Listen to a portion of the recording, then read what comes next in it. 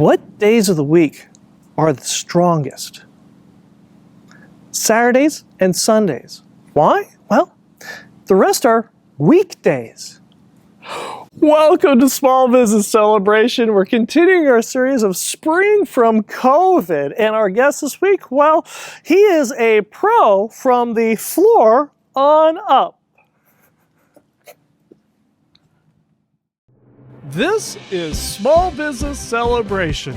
Join us as we learn from successful business owners and successful business leaders about who they are, from where their business has grown, what they have learned, and where their successful business is going. I'm your host, Michael I. Roberts, and we're going to learn something that you can use today to grow a strong and profitable business.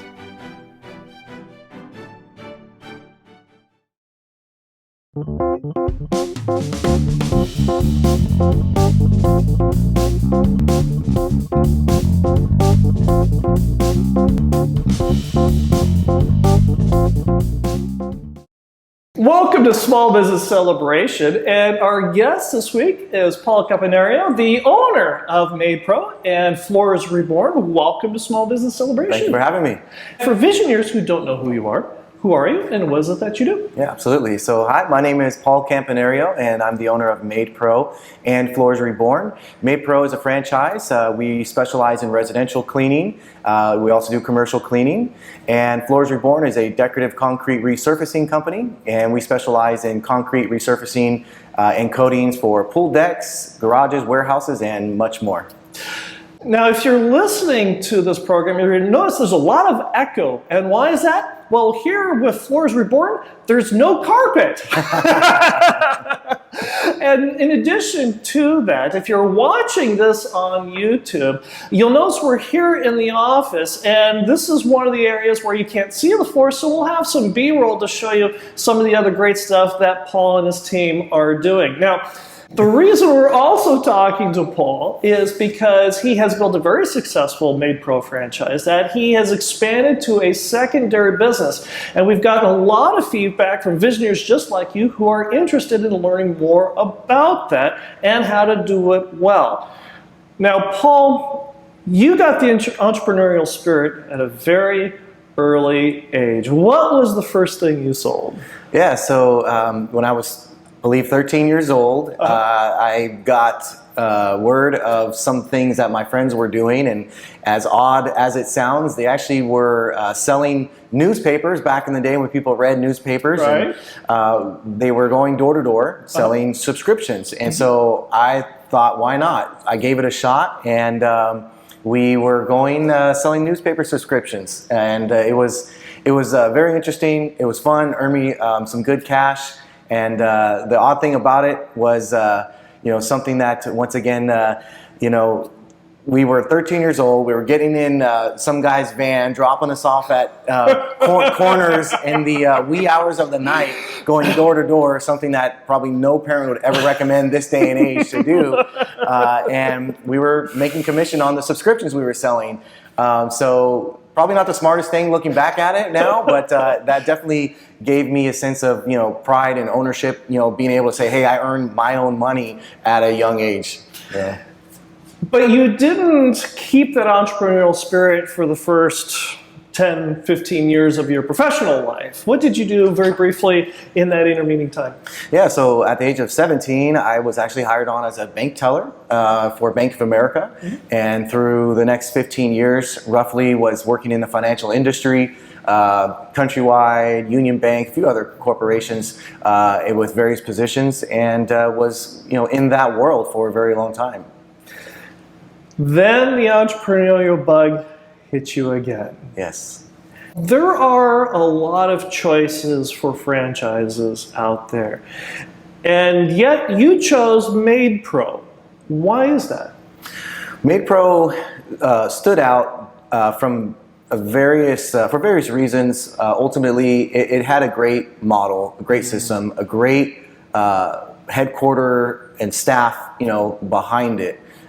Which, just like any successful business, right? Those are things that you look for when you're choosing to, work for a company or start one of your own. Is the people and the supporting cast. A lot of reasons why I chose MaidPro have to do with residual income, recurring accounts, and really every customer is potentially your customer. Everyone has a home, or what they would call their home, and so essentially you could be every marketing to every customer. And so there's a good business opportunity, and particularly in Bakersfield, there wasn't a lot of cleaning companies or franchises out here. So there was some good opportunity I saw in this market, and so far it's been going really well. You expanded MaidPro from residential and also went into the commercial side of it. Why did you choose to make that bridge? It was just something that happened naturally. I mean, as we market ourselves as a cleaning company, we were just getting calls for cleaning businesses, and it just seemed so easy for us to transition into that avenue. And we, for the first 2 years, were doing some businesses, weren't progressively looking to market, and then we just decided, you know what, we're already doing it, why don't we give it a little bit more focus? And we did that, and we grew exponentially in that realm, and so now we have a really good portfolio of commercial clients that we're cleaning regularly. Now in the next segment, we're going to talk about the how, and how Paul went through and took a very successful franchise and expanded it to Floors Reborn, a whole totally different business. But for right now, what is Floors Reborn? And first of all, why did you choose to open a second business? Yeah, so Floors Reborn is a concrete resurfacing company, and really anything from inside your home or business to outside of your home or business is an area that we could beautify, if you will, or transform, right? So many times you look at concrete and it's just plain, it's ordinary. And so it really piqued my interest to think about the opportunities that we would have to really transform concrete into something that is either a work of art or just something that people can enjoy more than just plain concrete. In the warmer climates, doing a lot of research, found out that the states like California, certainly Bakersfield or Central Valley, no exception to the heat, that a lot of people are moving away from carpet or textiles, inside of the home or business, and they're going to hard floors. Now, one of the explosive elements to Floors Reborn that has gotten a lot of excitement are pools. Yes. Why is this segment of that business taking off like a rocket? There's so many pools for the most part. I mean, that's a good reason, right? There's just a plethora of pools in Central California, Bakersfield, obviously. And so people take pride in their pools. It's one of the areas outside of your home that you really see people trying to upkeep, not just with keeping the water clean, but the landscaping around it. And so people take pride in that. But here's the key, and this is what a lot of people are finding exciting, because I've experienced this myself. You go jump in the pool, you swim, you have a great time, then you get out of the pool and the concrete is hotter than the ambient temperature, and yet you guys have a way to actually make that concrete around the pool not so scorching hot. Yes. How do you do that? So the company is called Cool Deck, and that's with a K. Okay, K-O-O-L, yes. Okay. And they actually train and certify us to install their Cool Deck system on existing surfaces or coordinating with new concrete on the green concrete that's being poured.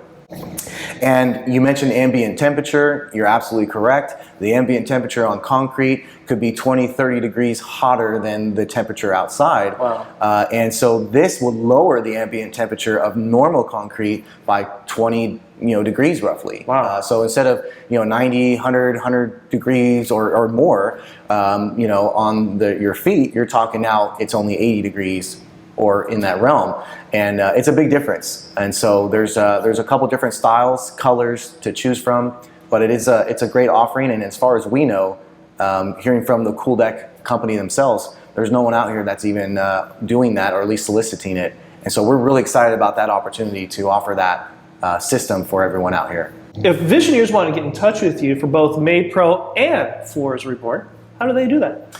Yeah, so they can look us up at MaidPro.com, very simple, FloorsReborn.com, and also on social media, Instagram, Facebook, you can use those hashtags or at hashtags as well. And if you enjoy Small Business Celebration, go ahead and like, subscribe, and notify, and leave a comment. The reason we're talking with Paul is because of a vision or question just like yours. And when we come back, we're going to talk about what kind of a second business do you get into when your first one is doing very well. Your face is your brand. Portraits are important because you need to be the face of your business. Whether you're the business owner, you offer a product or service, you need to put that out there. It's the representation of your company. You can find Red Crane Portraits online at redcraneportraits.com. I'm also on Instagram, Facebook, and LinkedIn. You can call us at 661-243-0931, or you can email me at shauna@redcraneportraits.com. Your face is your brand, so call Red Crane Portraits today.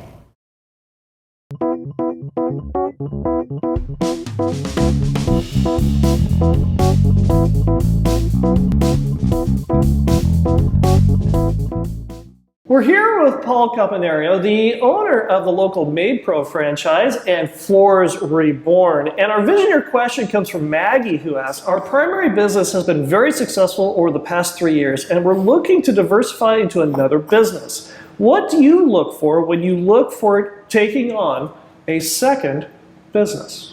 It's a great question and something that I contemplated on various nights. Right. And ultimately, I think you got to look at how easy is it going to be, right? Why is that?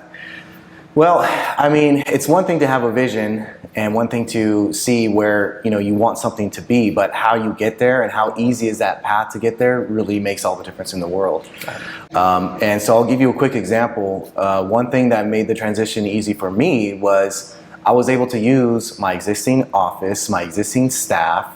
Technology is great, and I was able to use my current phone provider to put in new lines and have the lines show, that this caller is calling for this company and the same people can pick it up. Sure. So those little things that maybe some don't think about, I was thinking about. And ultimately, it made it easy to be able to open up this new venture with the same building, some of the same staff, and the same technologies that we were currently using. You realize then that you have the infrastructure in place to do that. But why Floors Reborn? Because in the first segment you mentioned it was kind of you fell into it kind of a thing, but I have a sneaky suspicion there was a little more to it than that. Where did the idea for Floors Reborn start?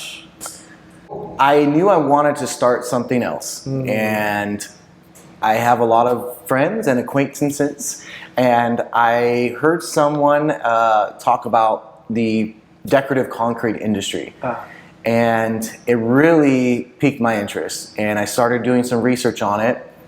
And without boring you with all the R&D, essentially found that this is a trend that is not going away. It's not a trend. It's not a trend anymore. In the past you hear concrete staining or polished concrete, but it was more industrial, wasn't a common thing in a house. Right.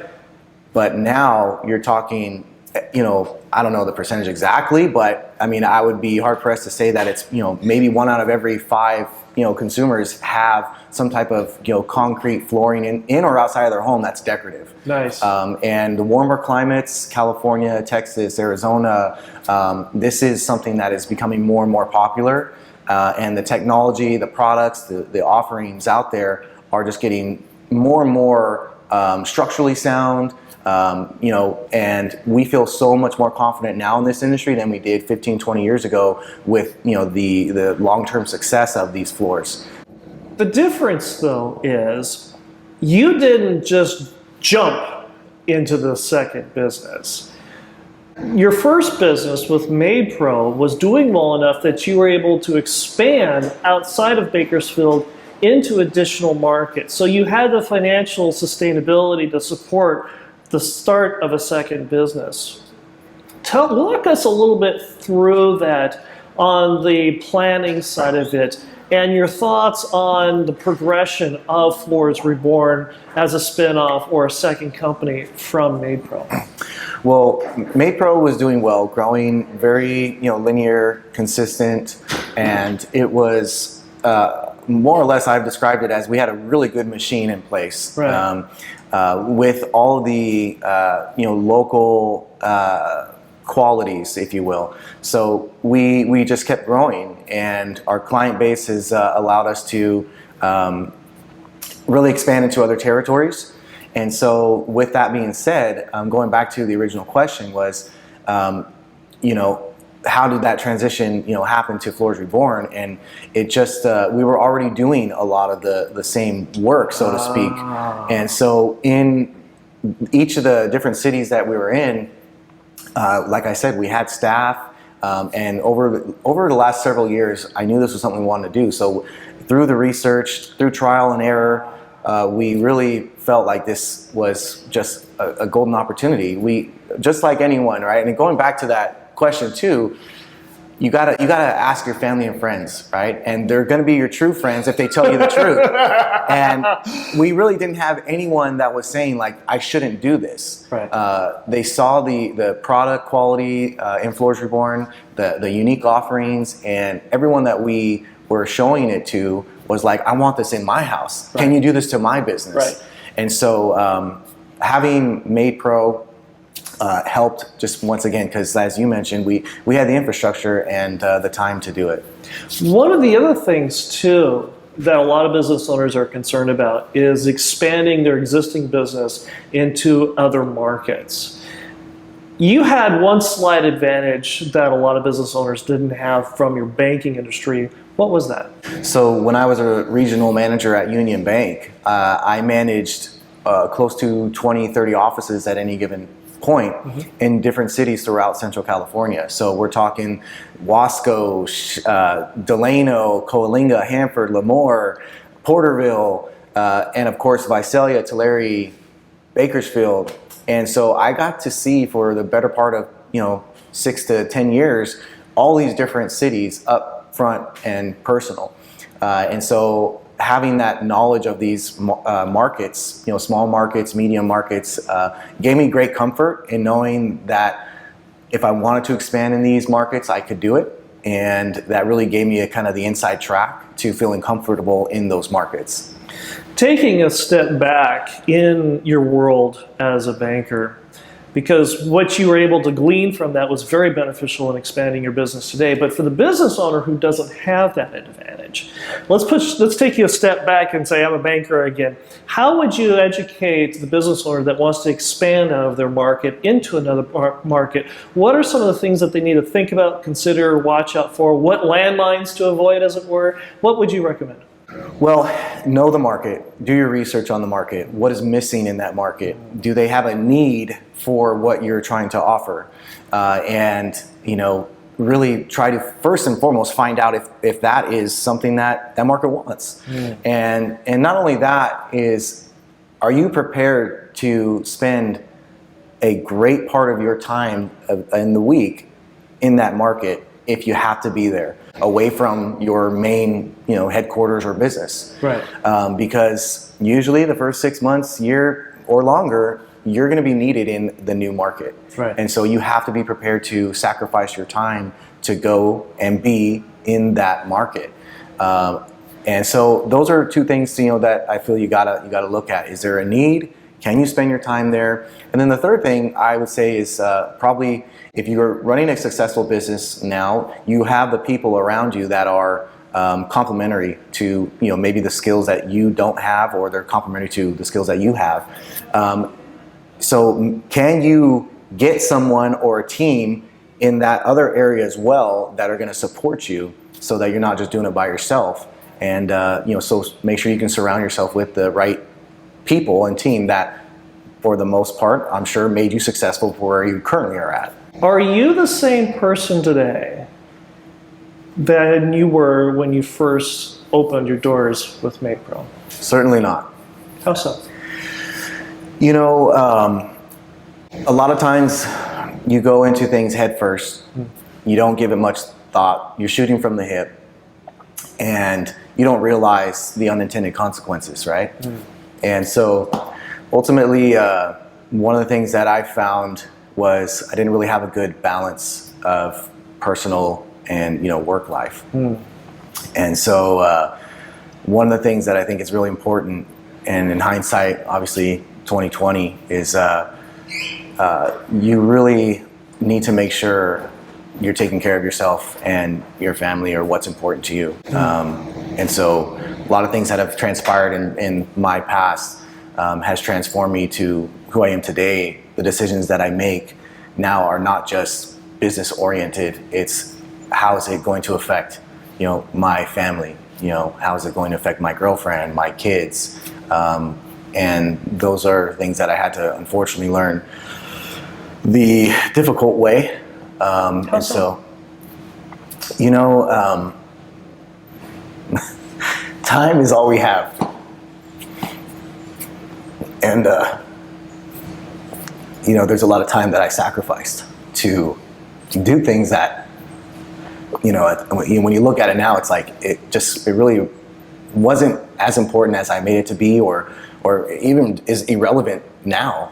And so what matters to me, which I'm sure to a lot of people, but you got to find out obviously what matters to you outside of your business, is don't sacrifice those things for the greater good of your business, because at the end of the day, I feel like obviously there's things that are important to others, but for me it's family, it's faith, and those things that I don't want to sacrifice anymore. And we'll be right back.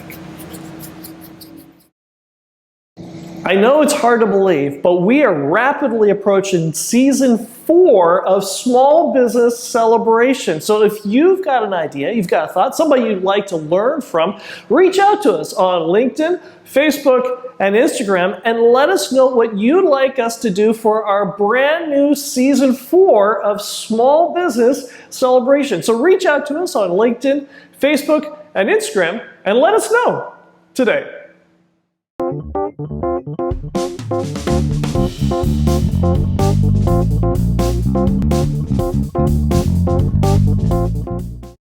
We're here with Paul Campanario, the owner of MaidPro and Floors Reborn, and our visionary question comes from Peter, who asks, now that the economy is picking up, we're having a hard time keeping up with employee schedules, vendor supplies, and travel distances. What are you doing that works? I would say that it's never easy when you're working in distance relationships. Sure. So whether it's a business relationship or personal, right? Right. But ultimately, those are channels that you really need to take one step at a time, right? So how so? Well, if you don't bite off more than you can chew, right? If you can't get the proper resources to a location, don't take the job right now. So those are things that I think we all have to learn the hard way, and it's hard to turn down business. But if it can't work within your normal parameters, or you don't have the resources, then why are you taking it? Right. So the traveling is always a challenge. I live on the 99. It's my second home, or the 65, or the 46. I know of a great podcast you can listen to. Right? Exactly. Yeah, and so I have an example actually as well, where when I first started Floors Reborn, we had an open schedule, right? My schedule, my goal was to get in front of people to do estimates. So 5 days a week I'm doing estimates. Well, that quickly changed into 3 days a week, and now it's currently 2 days a week because I was just spread too thin. It just wasn't. It wasn't working at all. And so that's something that, hey, maybe you try to set up, or this is the third week of the month is where we go to this city. The Monday, Tuesday is where we're in Hanford or wherever it may be. And so maybe you need to set parameters to just help control how much you're traveling or when you're traveling to make it easier for you. It sounds like this was something that you learned the hard way. Yeah. Has this been a pattern for you through the whole course of your career as a business owner, of learning things and learning things the hard way, one step at a time, and stepping on landmines you shouldn't have? Yeah, I mean, right? You hear people giving advice, and sometimes you just don't want to hear it, or you don't think it's going to happen to you. Oh, it can't happen to me. No. But yeah, and I look back and I'm like, man, I should have listened to her or him, right. Mainly her, and she knows what I'm talking about. And 9 times out of 10, she has, or that person has been right, and it's like, fool me once, my or your fault. Fool me twice, it's on me, right, or right. whatever it may be. But yeah, I think take things in stride. One of the things that I think we also did was we grew too fast in a couple of our areas, and growing fast, I think most of the time is not a good thing. Controlled growth, steady linear growth is very important, and the distances makes it even more challenging. But if you can micromanage that a little bit more, as far as, like I said, when you're traveling, how you're traveling, it could help.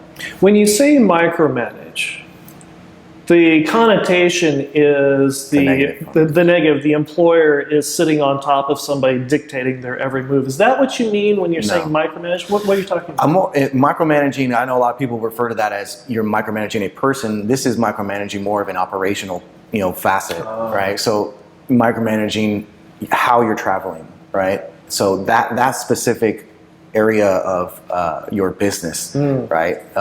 Putting very tight parameters or goals, if you will, on what do we want our traveling operations to look like. So manage that, micromanage that maybe right now a little bit more. If you are looking to expand or you're having struggles with it, make sure you just give that maybe more attention and set it up more successfully by putting those parameters in place. How do you notate your systems and processes in doing that?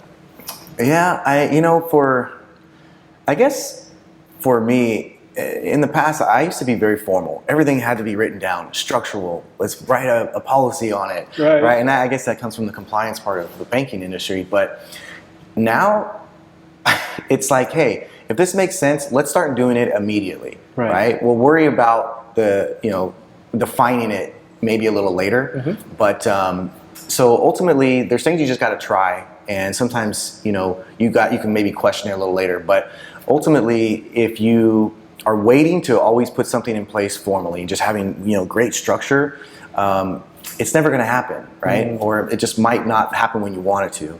So don't be afraid to just kind of sometimes be a little off the cuff, but lean on your people. Ask them, hey, would this work? Hey, let's try this for 2 weeks. We get a lot of our cleaners from MaidPro asking about certain products, and I'll go to my staff and, you know what? Hey, buy this. Let's give this person an opportunity to try it for 2 weeks. Let's get their feedback on it, right?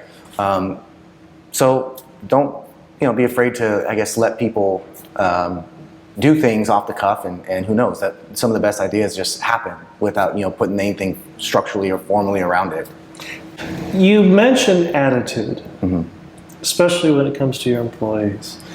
You've mentioned in the past 2 segments, this seems to be a reoccurring theme about employee and attitude. Why is that?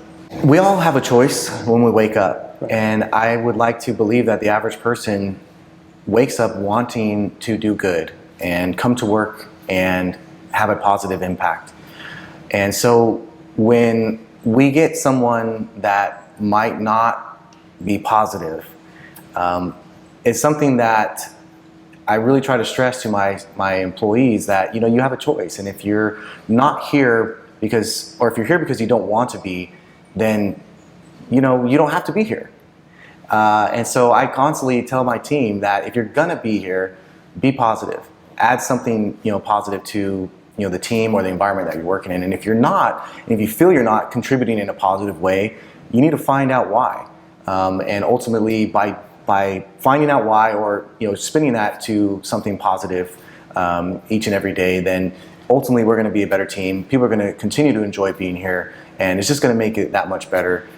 I think we've all been in circumstances where one person has brought a lot of people down, and it's just not the best environment. So characteristic qualities, those intangible things are so important.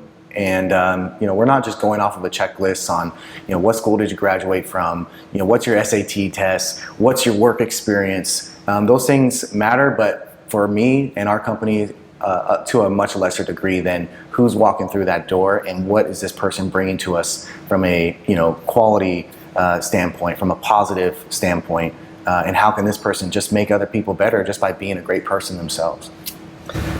What makes you wake up every morning and open your business?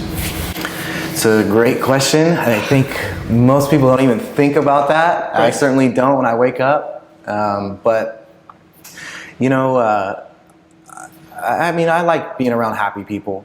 And if I can deliver a service to someone and that puts a smile on their face or their family's face, that's what we're here for, right? As a community. And ultimately, I'm no different. I think most people aren't different from an individual standpoint.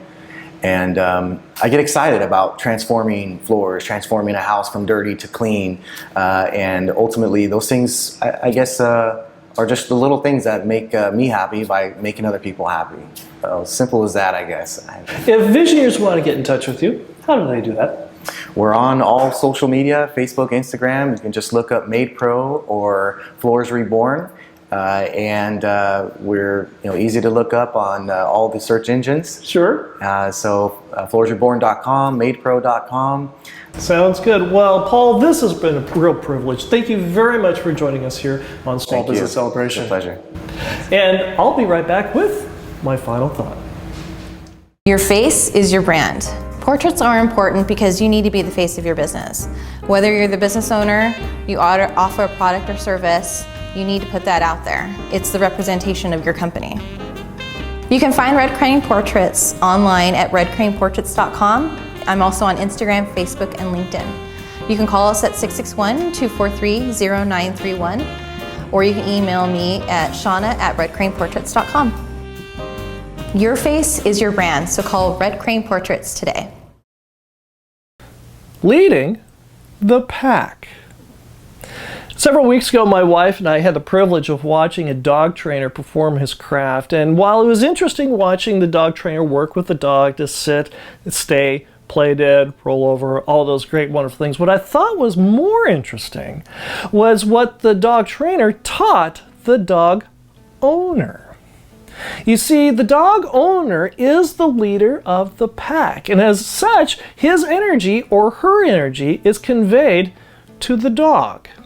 And so what the dog trainer taught the dog's owner was stand up straight, shoulders back, chin up, and let the leash fall off your hand to the dog and lead with the leash. The thing was that not only did this work with the dog's owner, but when the trainer also did this with each member of the family, they had the same results with the dog. Even more so, the interaction between the family members grew even more stronger and more confident. Why? Because each one of them stood up straight, shoulders back, chin forward, and they led forward. What about you and your business? Are you having some challenges with your employees and morale, and perhaps even with your customers? Well, perhaps it's time that you try this. Stand up straight, shoulders back, chin up, and lead forward. For after all, you are the leader of your pack. I hope you enjoyed our conversation this week with Paul Campanario, the owner of Floors Reborn and MaidPro, and I hope you learned something that you can use to grow a strong and profitable business, and we'll see you here again next week.